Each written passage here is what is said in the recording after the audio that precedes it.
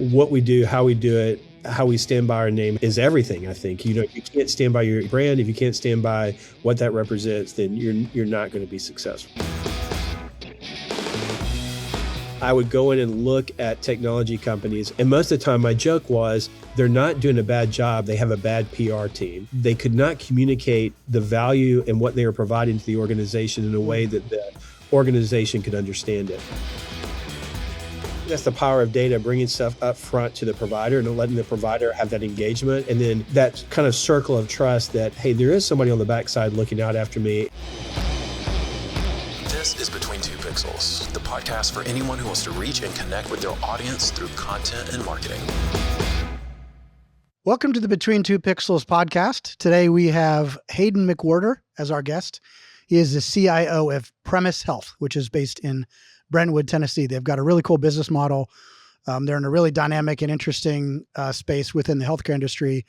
And his role is fascinating because of the level of engagement and communication and interaction that he has with the CMO and the marketing team. So we're going to be covering AI, of course, some technology, some things about leadership and the way they work together across the technology and marketing teams, and just some other fun topics. So we're super excited to have him.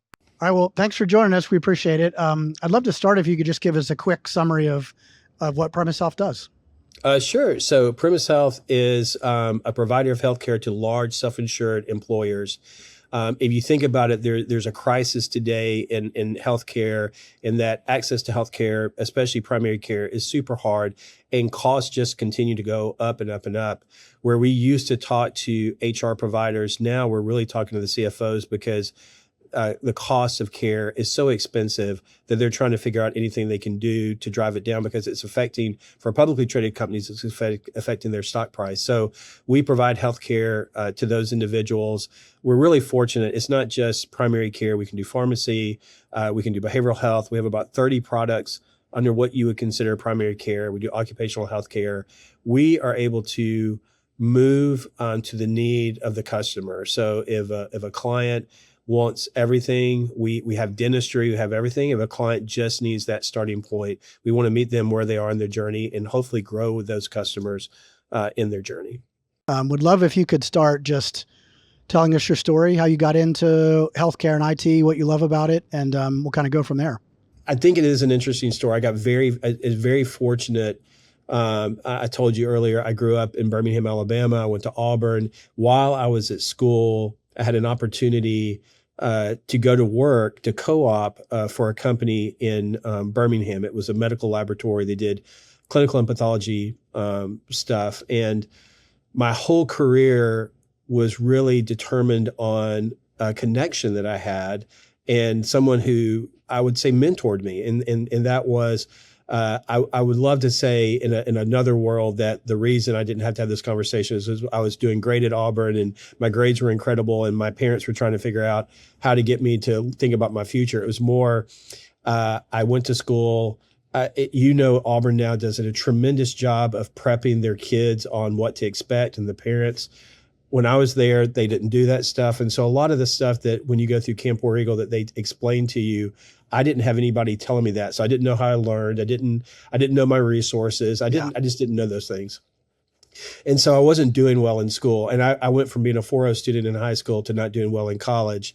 And basically my mom called me and said, you're going to have to come home for the summer. You're going to have to get a job, but we'll talk about you going back to school because we don't know what to do.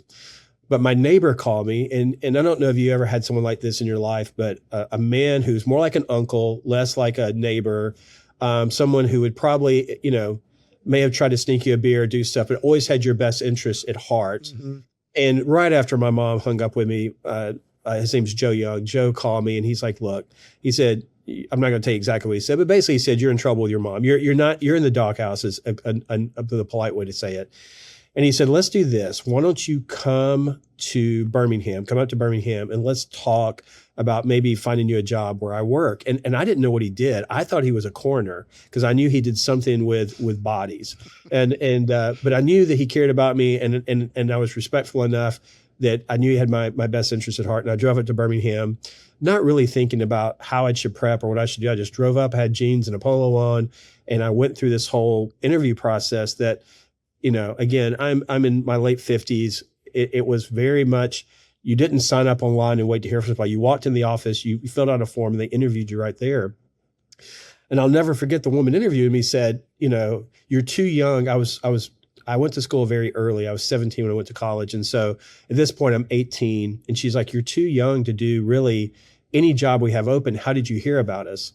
And I said, well, my neighbor. And she just cut me off. Who's your neighbor? Told her. And she said, oh, you're that guy. And, and before I knew it, she had paged him, and he was standing in the office with us. And so he took me into the VP of HR's office. And my whole career was on this. So they're sitting there, and they both said the same thing. You're too young to be a courier. You're too young to do all these jobs in the lab. And they're like, what can you do? And I was no one had ever asked me what I could do, and I didn't know what to say. And fortunately, Joe looked at me and he said, you're good with computers, right? And I'd been kind of a computer nerd growing up. I'd done some stuff in high school, and I'd worked in a computer store. And I was like, yeah, I'm pretty good at that. And the guy looked at me, he said, okay, my DP, they didn't call it technology. They called it data processing. My data processing manager is always looking for somebody. Let's go upstairs. We're going to do a drug screen. And if you pass, you can start on Monday. And I passed the drug screen, by the way, which I will tell you as an aside, it was kind of funny because as we were walking out of their office, this was a clinical and pathology laboratory. So they did blood testing. They did testing for Department of Transportation. And so they're walking with me and they're like, hey, you're going to have to go upstairs and you're going to have to take this, you're going to, pee in a cup and you're going to have to be checked. I'm like, okay. And now that I'm a dad and I have friends that are, young men and women, you never know what they're doing. You always hope they're doing the right thing. You never know what they're doing. And I realized they both took a huge risk on me on that day because it could have gone completely wrong. But I was pretty much I'm a straight laced, pretty follow the book kind of person. Yeah. But I tell people all the time. My mom would always tell me, and I've told several people this. It's not what you know, but who you know gets you in the door. And what you know keeps you in the door. And I was very fortunate that I had someone who cared about me and was mentoring me. Although it didn't feel that way at the time, it just felt like it was a neighbor, but looking back, he was mentoring me and he got me into that job and my grades turned around. Mm-hmm. I loved what I did. And that's how my whole career, I have a finance degree. I don't have a technology degree. And so it was interesting how that got me started in technology. Yeah, that's really cool. And it sounds like from what I've heard about you that, relationships have always been a big part of what you do and how you do it. I'd love to hear a little bit about how IT at Premise helps establish and build relationships. Cause I know you've got relationships with patients, inpatients, but also with customers or clients. I'm not sure what you call them, but right. Businesses. Right. How do you see that? How does IT support the relationship side of the business? Well, my joke is, we are a technology company at first because everything today is technology based. There's nothing you can do today that technology is not touching. Now, obviously, our medical team, who takes great pride in the care that we provide to our members, would probably, give me a hard time about that, and rightfully so. But, we try to work with all of our teams to make sure that we're aligned on what the common goal is. And, we're trying to get our members to get and stay well, get be and stay well. I'm going to mess that up. But it's like where they are, working with them on their journey and getting them to a better place. And, how you communicate and what you do from a technology's perspective, how they like to be communicated to, how they like to be reached out to is super important. How we engage those members. We have an interesting model in that our model is not tied to fee for service. So our providers are not trying to get, as many patients in the door as possible. Mm-hmm. They're really concerned about getting, we call them members, getting members in the door. And once they're in the door, helping them with their journey wherever they need to be, whether that's someone like my daughters who are all young, that are very healthy, that are just having a yearly checkup, or they feel like they have a family doctor that they can go back and talk to. Up to me, who I unfortunately have had some health issues, and I have to go see our primary care doc more often. But mm-hmm. She's the one that helps me make sure that I'm doing all the other things that I need to do, and she's coordinating with my oncologist and other folks, and so it's at the heart of everything we're doing. So back really to the original question is like that communication of what our goals are for our members and what we're trying to do with our customers, that's what we call our customers, is super important with everything. And so I feel like I'm very fortunate in that the relationships we have here at Premise, I feel fortunate because from a CIO perspective, a lot of CIOs don't sit in the same seat for a long time. And I've been the CIO for 10 years. I've been with Premise just celebrated 14 years. And before that, I was with another iteration of this organization. And so we have a lot of folks, we've worked a long time together and we have each other's back. I think that we support each other, we have each other's back.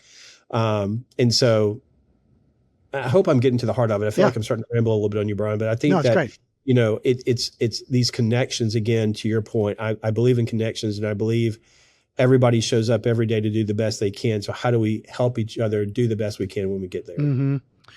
How do you navigate we work with some healthcare organizations, and there's the challenge of delivering, personalized communication and engagement, but knowing there's a lot of restrictions with like HIPAA and just things you can't do, even though your members might need them.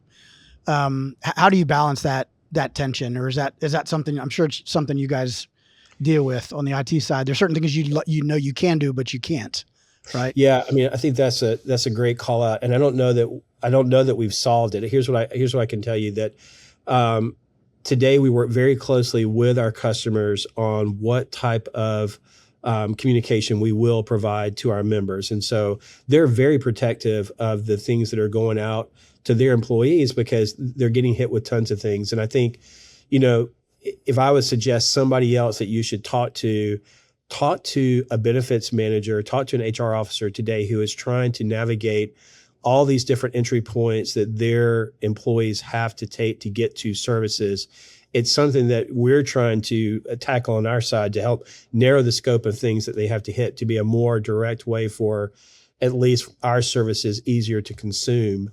But if you look at it, there's just so much that those folks have to go through. But back to your question, the way we look at it today is we work with those clients to say, here's what our general communication will be. Once we start off with something very general, once a member has logged into our portal the first time, they accept a lot of the rights to accept communication and how they like communication, whether that is through texting or that's through the portal or what other things. I think the thing that is hard is when a customer doesn't allow us to have the freedom to do the connections that we need to do. And this is less about HIPAA, but more about, again, the struggle they have with making sure that the message that they're putting out and what they're trying to do for their benefits doesn't seem off. But I always feel like, and I tell our customers when this comes up, if we're on a call, I said, you've bought this awesome car, but you're not driving the car. You're not doing anything to provide power. And so that makes it harder for us because engagement is our big thing. How we engage with those members and how we keep them coming in.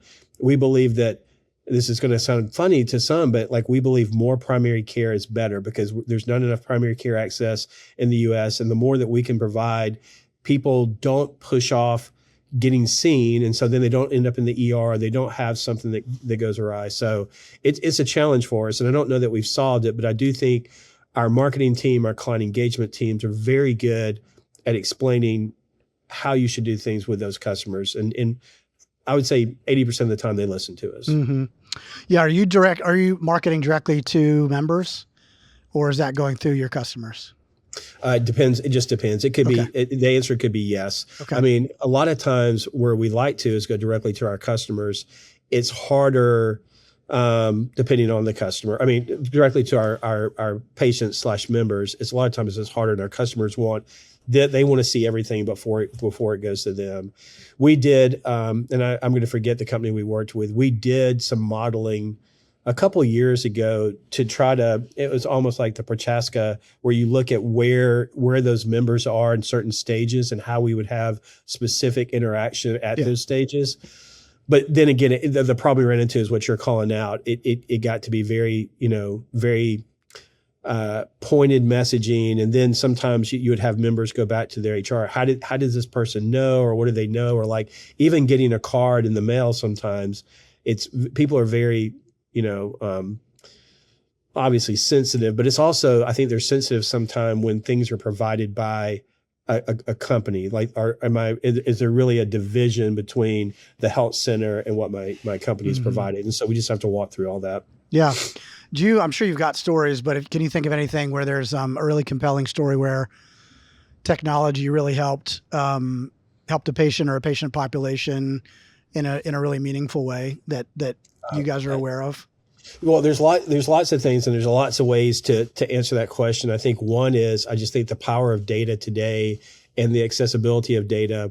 And you could say with AI and machine learning and all the modeling that we're able to do, the ability to pinpoint the right group to go after. And this is not, I mean, there is a dollar thing there too, because you're trying to help the customer identify where they have high spend and where they can reduce that spend. But I think that our providers are provider first. Like, let me find those sick folks and let me make sure that we're engaging those sick folks where they are at and how we can get things going. And it could be, again, as easy as we have a bunch of claims data come through and we're able to identify based off different risk factors, like who has not come in for an annual physical, who has not had certain things. You would be surprised. Like, I mean, that's some of the lowest hanging fruit that you can do and have a bunch of positive energy on. But I think also, if you look at like the ability to turn on wearables, the ability to turn on other things where we have customers, it's really interesting. You got to think about our customers. If you go, this is going to be very broad, and if our ops team or our sales team hears this, they're probably going to hate it. But from a most broad piece, I would say, if you look on the West Coast, you have a lot of technology organizations who ROI is very important to them, but more that they're providing the benefits, great benefits and great opportunities for the people that are working for them. Yeah. You kind of go to the middle of the US, kind of in the heartland, and that's a lot of manufacturing. And really, ROIs is probably the most important thing, because they want to make sure that they can save money so that they can be there tomorrow for the people they're supporting, because their margins are small and they're getting hit with a bunch of stuff. And then you have this group, like maybe in the Northeast, that's more financial, that looks a little bit like both. A financial company is going to be very concerned about return on investment and what they're doing and their ability to control their healthcare dollar because spend is going up. But at the same time, a lot of those financial places have high net worth folks who are trying lots of new things, again, with wearables and other things. They're going out and they're getting other blood work. And so I think for us, we partner with Epic, having all that data come back through Epic and having us to be able to identify. This is a story. I'll tell you a little bit of a story. We had a gentleman that worked for us for a while, and he was training for a marathon or trail marathon. He lived in Utah, or not Utah, but it doesn't matter where he lived. I think he lived in Utah. Anyway, he was out running one day, finished his run, and he had been syncing his watch. And he got a call from one of our providers, and they're like, "Hey, I've noticed over the last 4 or 5 days, middle of the day, you're having a high heart rate," and not thinking that this guy was out for a run, but more like, is something going on? And so I do think that's the power of data, bringing stuff up front to the provider and letting the provider have that engagement. And then that kind of circle of trust that, hey, there is somebody on the backside looking out after me, and they are trying to make sure that I'm healthy.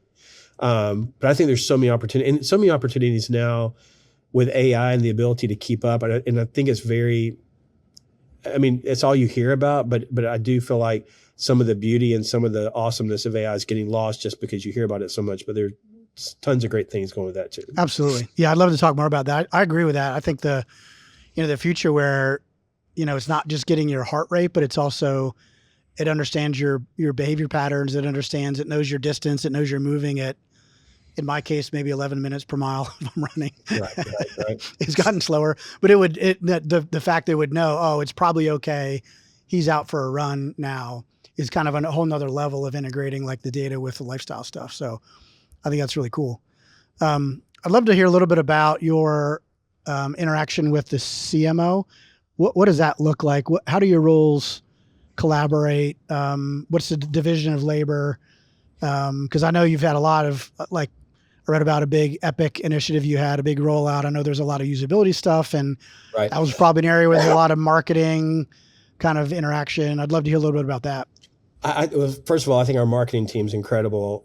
Lisa DeMoss leads our marketing team. She reports up to our chief revenue officer, who is I would say a friend first and then a coworker.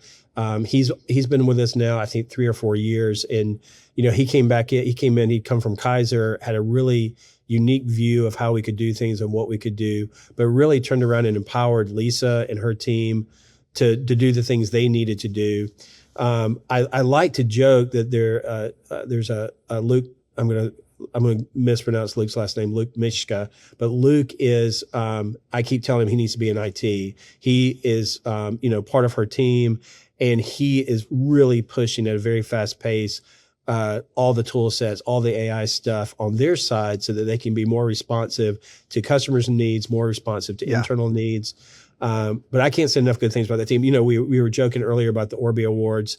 That team so many times has written, hey, we hope you get it. Here's what it would look like if you got it. But I feel like they have our back. And I would say in the beginning, again, Premises have been around for now 11 years.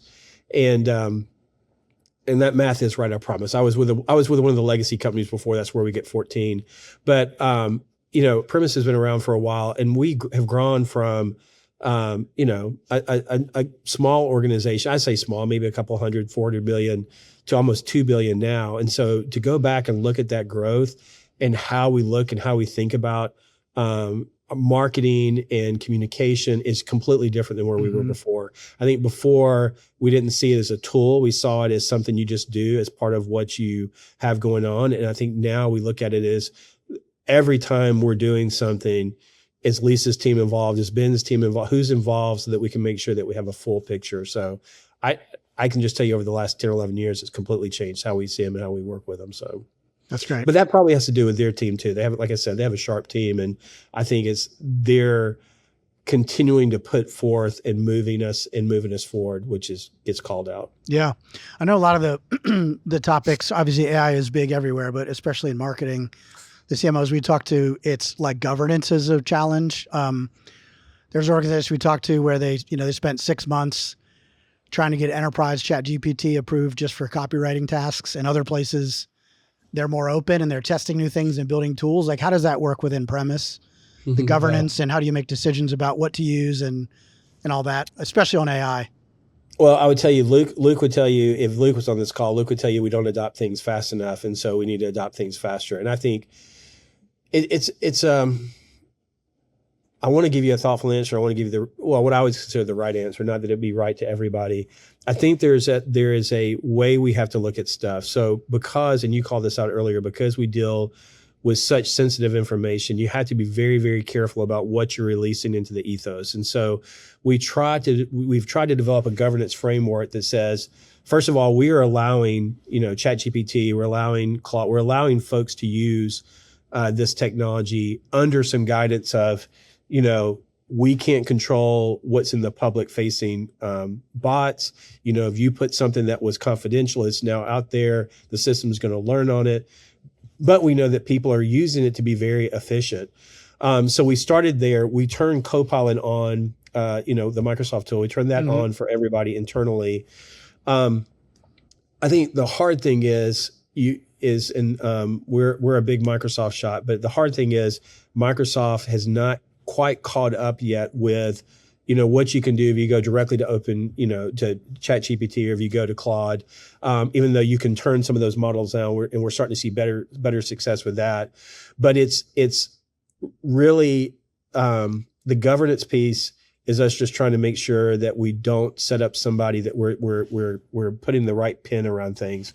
I think the way to say is, our CISO made a comment one time, and I think he's spot on.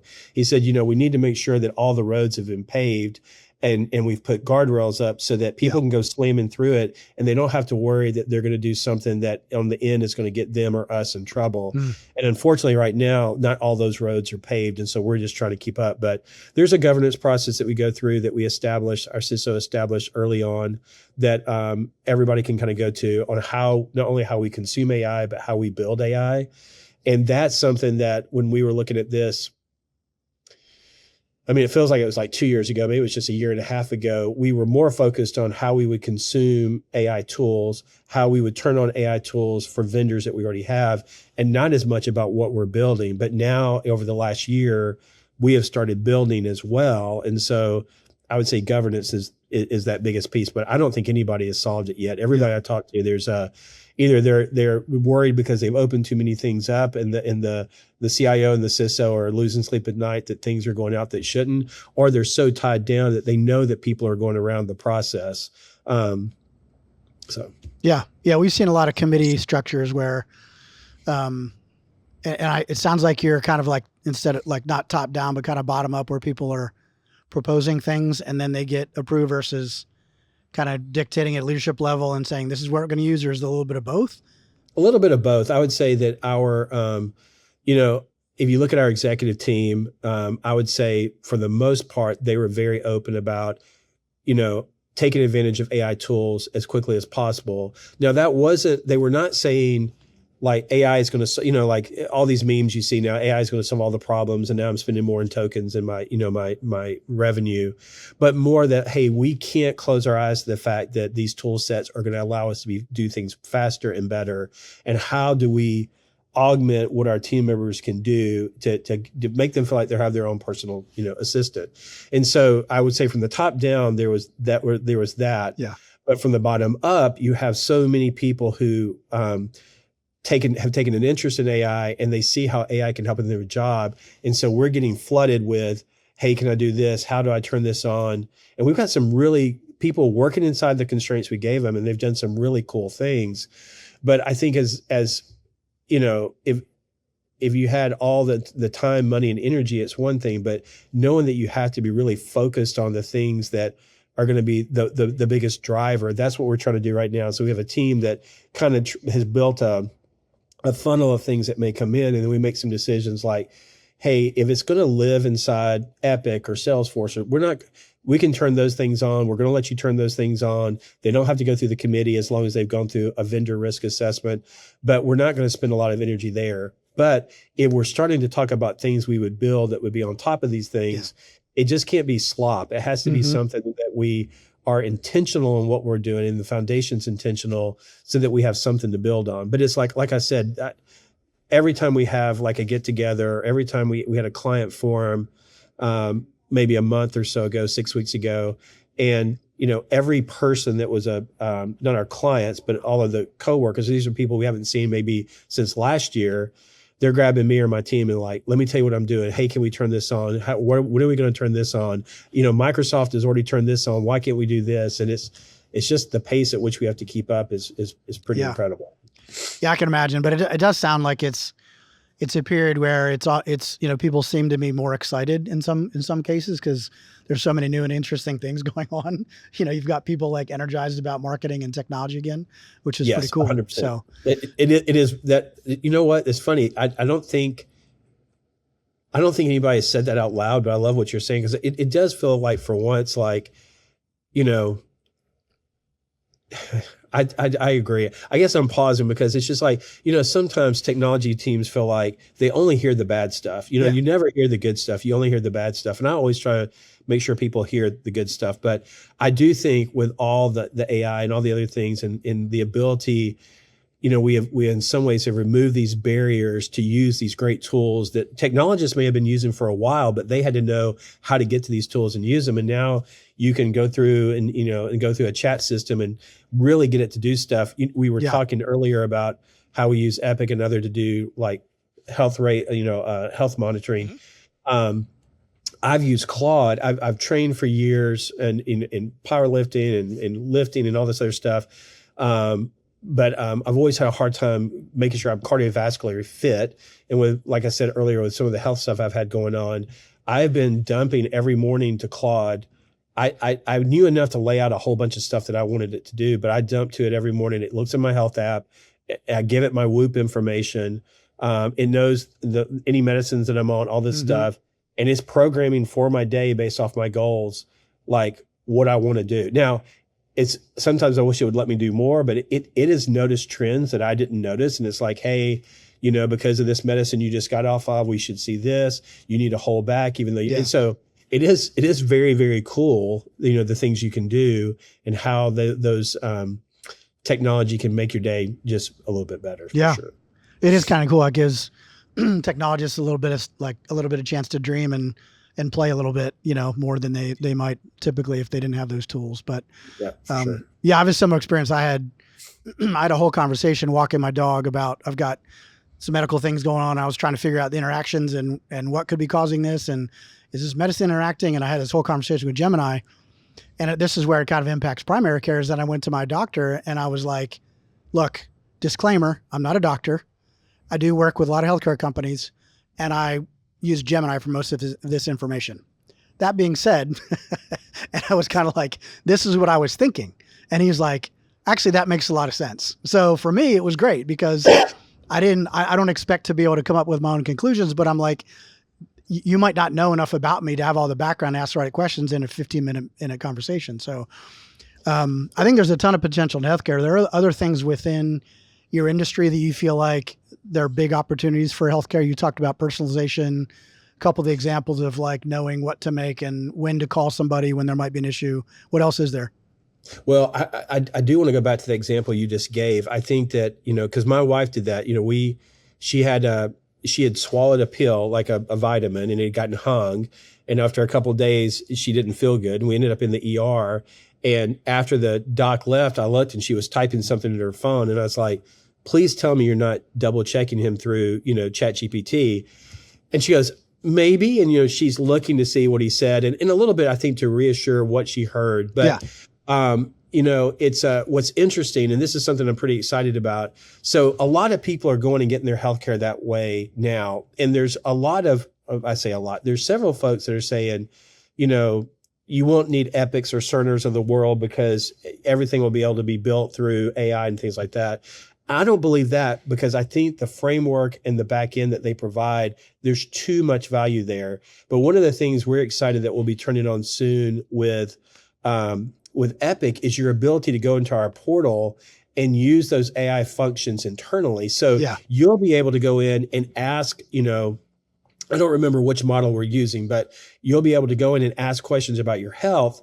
And what, today, if you're in Gemini or others, what it's missing is it doesn't, unless you've really trained it and you've kept that chat live, it doesn't know a lot about you. Where when you log into Epic, it's now seeing all the information that you have, and you're able then to take that information and pass that forward to your provider. Right. So when they come in to the room, now they're going to know the chat session you had, and AI on the other side is preparing them to better, like, hey, this is the things they're asking. This is what I provided back to them. This is what you should be prepared to talk about. And it's allowing them to have a cleaner conversation, I think. So I'm really excited about the way we will be able to turn on those functions. I'm excited about the way Epic's doing it. Again, that's been a really important partnership for us, and it'll continue to be an important partnership. But I'm interested in a lot of things. I'm interested in, again, how, things might happen virtually. Again, we've looked at behavioral health is something that's super important with what we do. That's part of what we consider to be part of advanced primary care is behavioral health. We have experimented with virtual reality, virtual headsets and things like that to help from a behavioral health standpoint. So I think there's some really cool tools that'll be coming from there. I just think the ability to make the tools understand and interact with other tools easier and cleaner. Absolutely. So that they can have, like today where I'm having to type in my Whoop score, it would be much better if I could just tell Claude to seamlessly go to Whoop, go to all these things and get this information. If you're a nerd and you like to collect the data and you don't mind collecting the data, I think, the power of that and in the power of sometimes we have a bias that I think these tool sets can expose and help you break out of maybe a bad habit. Like I had this conversation again with Claude I'm tracking my macros, and it's like, you're eating too many carbs at the end of the day. And it's like, well, I'm meeting the macro target. And Claude's like, that was not the goal. And so then it was like, again, you're talking to a coach. Now I may have it set up to be too kind to me. We'll see. But anyway, we'll see. Yeah, that could happen. Yeah, I had to download a PDF of my lab results and upload it and do all that kind of stuff to get it to kind of understand the context. So I think that is one of the biggest frustrations we hear in healthcare is just the lack of integration and information in different places. I go to a different doctor. I go to urgent care. It doesn't have my primary care stuff. So, places like you where have the system integration and Kaiser benefit from that because usually all those are connected. But for most people, those are completely disconnected experiences. And then like the watch and things like that are certainly not integrated. So I think that's a great opportunity too. Yeah. We'd love to hear your take on just kind of more marketing thing of branding.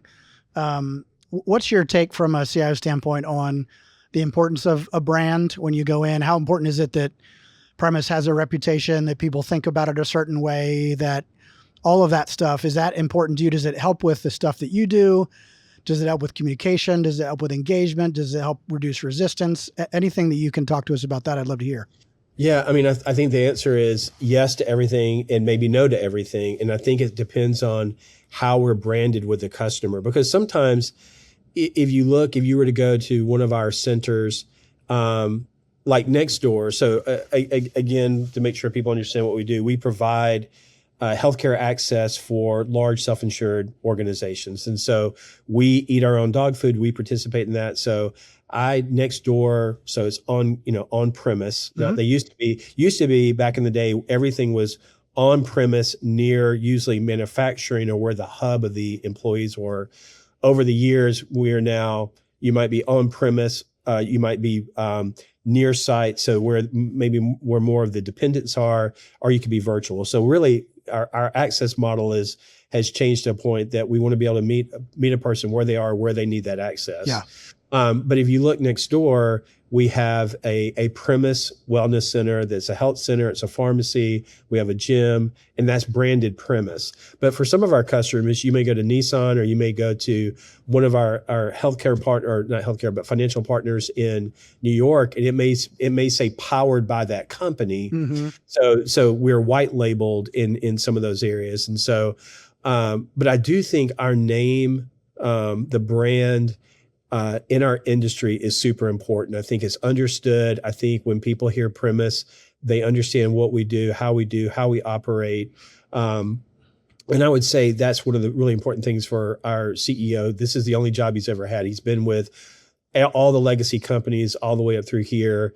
And what we do, how we do it, how we stand by our name, how we stand by what we promise people is everything. I think you can't stand by your brand. If you can't stand by what that represents, then you're not going to be successful. Yeah, that's great. I want to go back a little bit more to sounds like you've got a good partnership with the marketing team.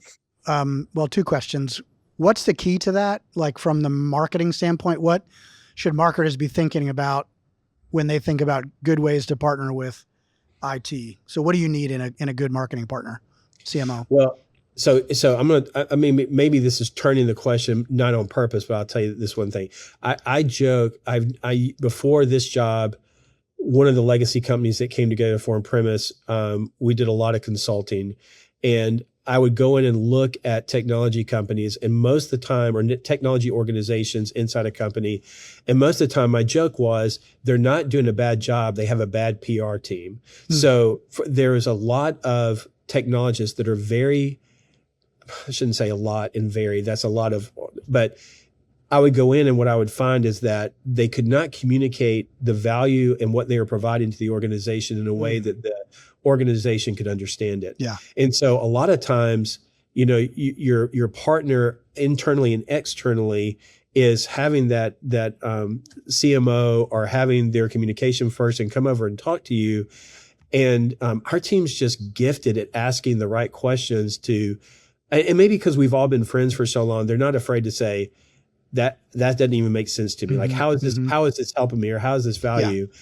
And then they're able to turn around and express it in a way that you go, oh yeah, well, that's what I've been trying to say. Well, you haven't, maybe somebody hasn't said it for a year, but that's what I've been trying to say. So their gift of taking that information, translating it for a subject they may not even be very strong in, especially when it's something technology, but to make it where everybody can understand, I think that's the gift. And that's how we have to look at things. Not only as we work with our team internally on helping us put out communication on the value of the things we're doing, but also how the partnerships we're creating and how the things we're doing would help the organization.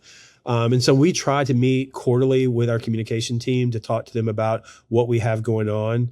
We're working right now on a communication strategy over the next 8 quarters so that we could say, here's the thing we're focused on, so they can start to look. Our communication team does a wonderful job of looking at how all of the departments together, what they're trying to focus on, and then help us go, hey, did you know operations is focused on this, in the fourth quarter because it's flu and cold season or whatever. And so if there's anything that we think parallels to that, we'll start to work with them on like, okay, this is what we'll push out in that quarter. Here's the next thing we'll do.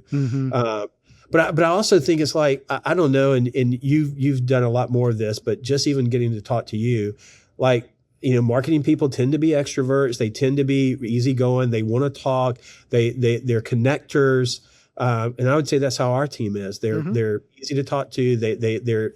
They're fun. You want to be around them. Every time you're with them, you're more engaged. You feel more engaged than when you're away from them, no matter, what you're talking about. Yeah. And so it's maybe it's just the fact that it's the people and they just happen to have chosen, that line of work. Yeah, for sure. That's cool. Yeah. I mean, there's a lot of power in storytelling in healthcare because you can talk about features and benefits and all that kind of stuff. But ultimately, when you can tell about the impact something that you guys rolled out had on a patient or on a member, I think that's super powerful. So, how do you see the role of IT, if so, the CIO and CMO evolving or changing over the next 3 to 5 years? Do you see it changing? Is there a clear division of labor? It sounds like you guys work pretty closely, so maybe it's not as true as in some organizations, but. Yeah, that's what I was going to say. That may not be fair because I think, Ben and I are very close. I mean, we don't have a true CMO title today. The CRO has, I think Lisa's title is SVP. Yeah. But she would be considered our CMO. So I think, they're both super positive people. They're easy to work with. They care about people. They care about the relationships. So I might be, sometimes you don't realize how lucky you are until you go talk to somebody else and you hear there's this constant infighting or there's, whatever. But I would hope even as good as our relationship is today, we're helping them tear down boundaries to make their job easier in ways we can enable technology to help them. And I don't know that we're doing a great job with it today just because of where we are. Again, going back to Luke, I think he should be on my team because he's so incredible at, working through some of this stuff. But I think that's what I'd like to see is like, how can we move the bottlenecks and things to make their job easier? Because I know if I can make their job easier, they're going to be able to empower me in, some way better. That's great. Yeah. That sounds like a super healthy environment. Anything else that you have to share that you thought would be helpful that maybe we didn't cover? I want to respect your time. We just have a couple more minutes, but I could talk all day. I think it's, as I think about this from the whole thing, I think there's so many people in our organization, between the CMO function, between our operations function, that we're trying to get the message right. We're trying to make sure that we're getting to the right people at the right time, where they are in their journey. I don't think we've solved it yet. I think we do a tremendous job in the people that do it. But what I love is we go to these meetings and they're already saying, we could do this better. Our campaigns could be better. Our A/B scenarios could be better. This could be better. That could be better. And that's what I'm excited about, because if we can be a little bit better, we're going to make it a little bit better for our customers. We're going to be a little bit better for our members. Mm-hmm. Yeah, that's great. Omar, do you have KPIs that you share with marketing, or do you have separate kind of dashboards you guys look at in terms of performance and how well you're doing? Our operations team has a set of KPIs that they follow, because we do have some contractual obligations with customers that we hit certain KPIs, and that could be HEDIS scores, that could be engagement, that could be stuff like that. And they can be, and there's a general that our ops team has put together that we all try to help them make sure that they're hitting, because that's where the PGs come from. And then we look at ways we can expand those. But I don't know. I'm sure, and this is where I'll probably get thumped in the nose by Lisa, I'm sure she has some type of KPIs that she's trying to track. But a lot of that today comes from our ops team, because it's really driven around client engagement, or not client engagement, but member engagement, how we're hitting those folks and how we report that back up to the clients. Very cool. Awesome. Well, it's just about 3:30, so we want to respect your time. But this has been awesome. We so appreciate your time, and it's been super helpful and informative. So, Hayden, thanks so much for your time and for joining us on the podcast today. It was super fun. We appreciate it. It was great. Thanks for having me. I really enjoyed it.